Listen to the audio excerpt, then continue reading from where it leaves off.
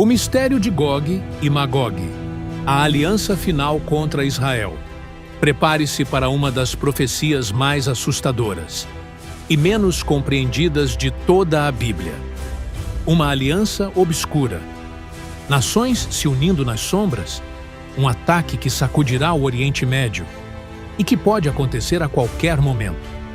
Nos capítulos 38 e 39 do livro de Ezequiel, escritos há mais de 2.500 anos, uma revelação chocante foi registrada, com detalhes que nenhum jornal, nenhum governo e nenhuma potência mundial conseguiu explicar até hoje.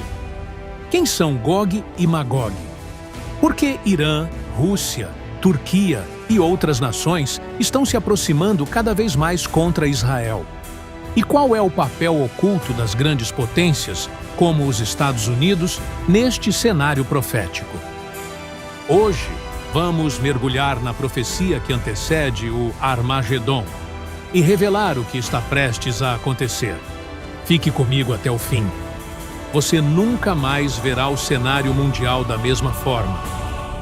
E veio a mim a palavra do Senhor dizendo, Ezequiel, capítulo 38, versículos 1 ao 6.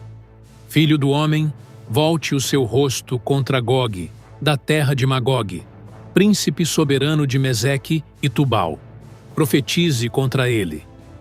Diga, assim diz o Senhor Deus, eis que eu sou contra você, ó Gog, príncipe soberano de Meseque e Tubal.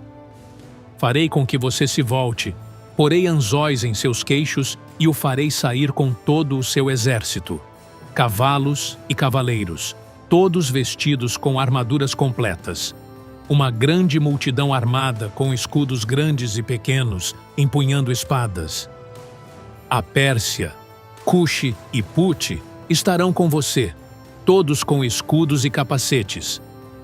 Gomer e todas as suas tropas, a casa de Togarma, das regiões remotas do norte, com todas as suas tropas, muitos povos com você. Um anúncio profético de uma coalizão militar real, destinada a se levantar contra a nação de Israel nos últimos dias. É o que vamos desvendar agora. Povos ancestrais. Mas por trás desses nomes, há uma lista precisa de nações que comporão a grande aliança contra Israel no tempo do fim.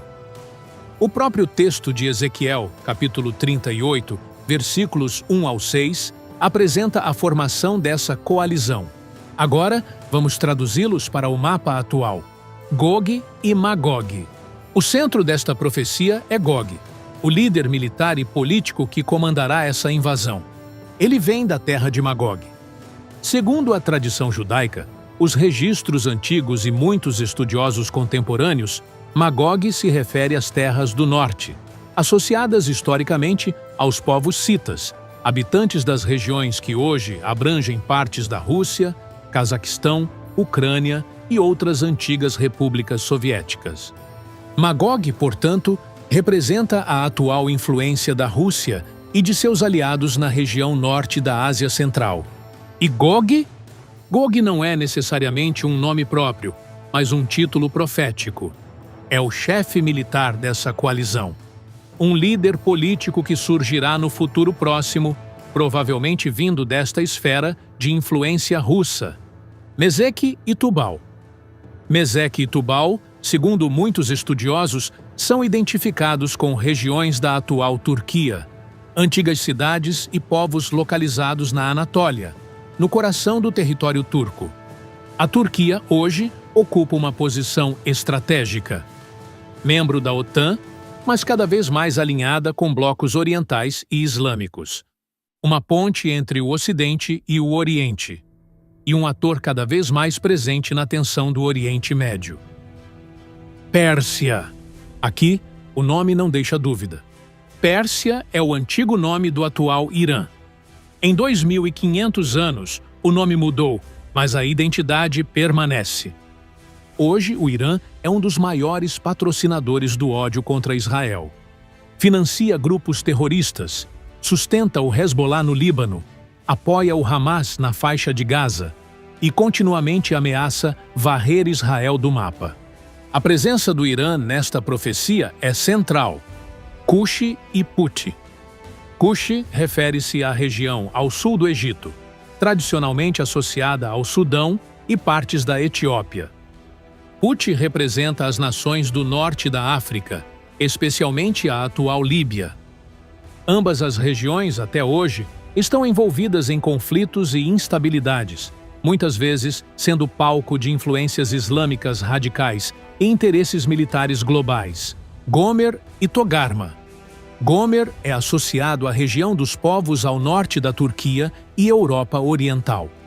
Alguns estudiosos incluem partes da antiga Germânia, outros apontam para áreas vizinhas à Ucrânia e leste europeu.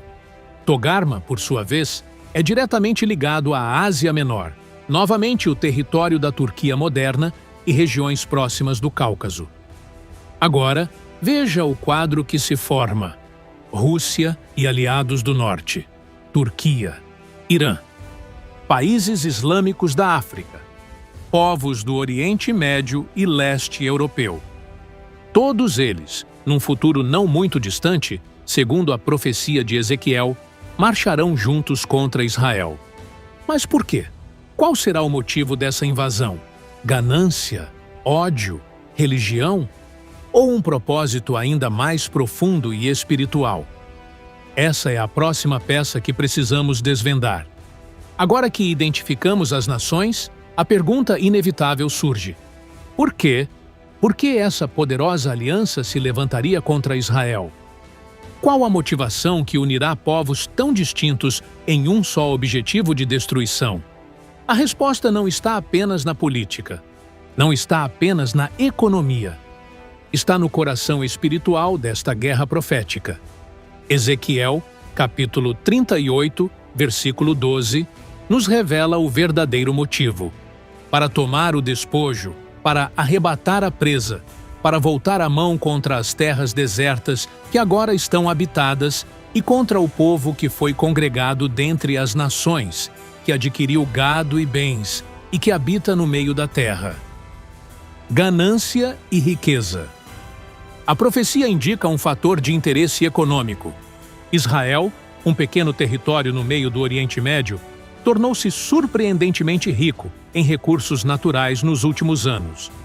Descobertas gigantescas de reservas de gás natural no mar Mediterrâneo transformaram Israel em um dos polos energéticos mais promissores da região. Essas reservas podem alterar completamente o equilíbrio energético global, desafiando interesses russos, europeus e árabes. Além disso, Israel possui tecnologia militar de ponta, inovação em ciberdefesa, medicina e agricultura, atraindo a cobiça de muitos. A guerra, portanto, envolverá interesses estratégicos e econômicos. Ódio histórico. Mas a motivação vai além de bens materiais. O ódio contra Israel é antigo. Desde os tempos de Ismael e Isaque, de Esaú e Jacó, o conflito espiritual tem sido constante. O povo judeu, espalhado e perseguido por séculos, retornou à sua terra em 1948, cumprindo as profecias de Isaías e Jeremias. Esse retorno, visto como milagre para alguns, é intolerável para outros. O mundo islâmico radical nunca aceitou plenamente a existência do Estado de Israel. Grupos como o Hamas, Hezbollah e Jihad Islâmica pregam abertamente sua destruição. Este ódio não é apenas político. É um conflito espiritual entre as promessas de Deus e a oposição das trevas, a mão soberana de Deus. Mas há um terceiro e mais profundo propósito.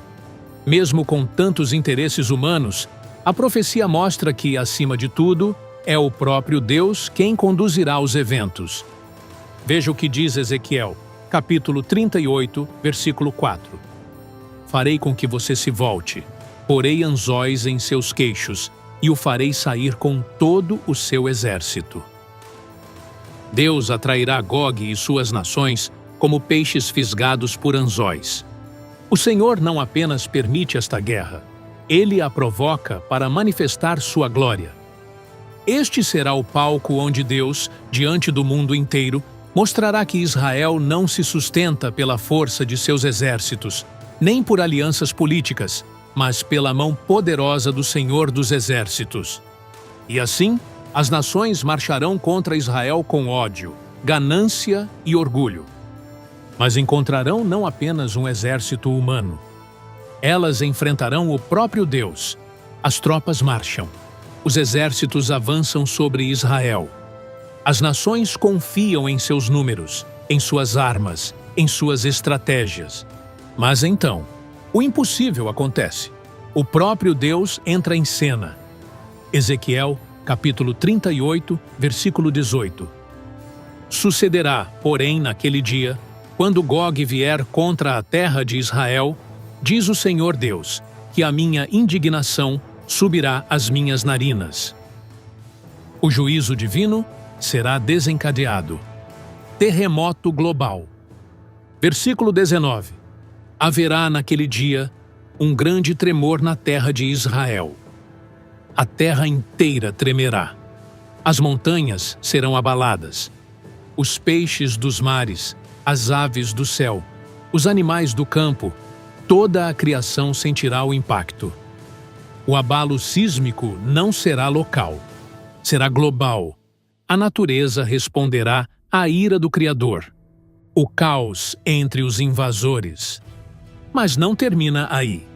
O versículo 21 revela: Chamarei a espada contra Gog em todos os meus montes, diz o Senhor Deus. Cada um voltará à espada contra o seu companheiro.